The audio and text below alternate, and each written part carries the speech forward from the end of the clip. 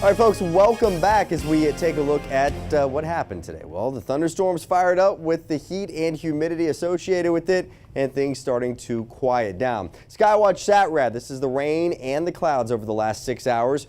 We still do have a few rumbles of thunder moving through parts of the WACH Fox viewing area over in Sumter County, moving into Clarendon County along the I-95 corridor. That's going to continue to push out. It is not severe, but likely some good wind gust associated with that thunderstorm. As far as any type of severe thunderstorm activity, we did have from this cell right here that started to move through Barnwell and Allendale, and it's since fizzled out. Nothing severe with it at this time. At home, we've got a few clouds in the sky, but as you can see, no rainfall as everything has moved out of the area, and we'll turn our focus to muggy conditions tonight and also the potential for some patchy fog once again. Real-time numbers on the Skywatch WeatherBug Network will start in Charleston at 81 degrees at Stiles Point Elementary. Heathwood Hall here in the city at 83. It's 81 at the Opera House in Newberry and 78 up in York County and Rock Hill just south of the Charlotte border. And very isolated storms again. So Stiles Point not getting any rainfall today, but Heathwood Hall almost a half an inch of rain this afternoon. The Opera House not reporting anything, while York County and again, just south of Charlotte, just shy of a tenth of an inch. So it depends on where you are if you pick up one of these splash and dash showers and thunderstorms. The good part of these storms is for about 20 minutes, it feels fantastic.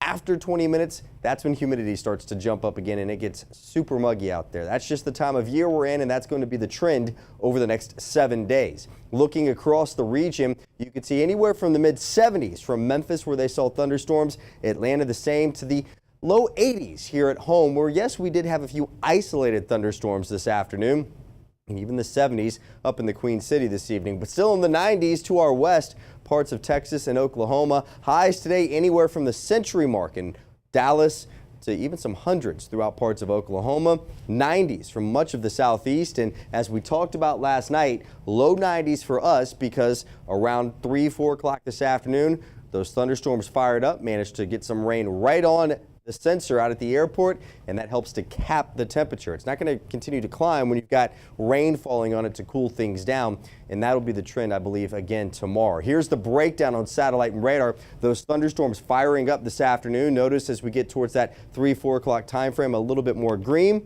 and then it begins to dissipate. That's the trend along the eastern half of the U.S., while things are fairly dry and warm out west. Now, as we look at Future Watch, we'll put it into motion for you, and over the next 24 hours, we get a front a little bit closer. So our rain chances tomorrow, they'll continue in the forecast, especially in the afternoon hours, taking us even into the evening hours. I think with this front hanging around, rain chances tomorrow night will continue into the morning hours on Saturday. 72 tonight with some patchy fog.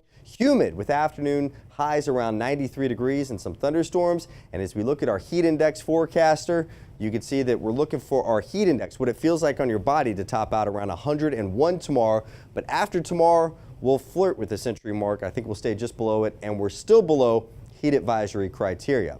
Actual high temperatures over the next 7 days, well, they're still going to be, although seasonal to near seasonal, warm. In fact, we drop a little bit below average going into Sunday and into next week because the average is about 92, and you can see we'll be at 89.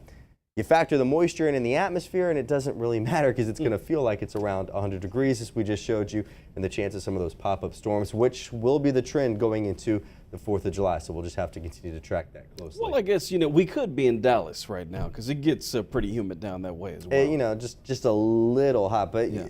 I was last week in the Midwest and parts of the Mid-South region too, Missouri and Tennessee. And while it's hot there, for us, it's the humidity right now. We'll take a look at some of the heat indices across the country coming up later on. And the humidity can be definitely draining on a lot of people. And the pets too, so remember that.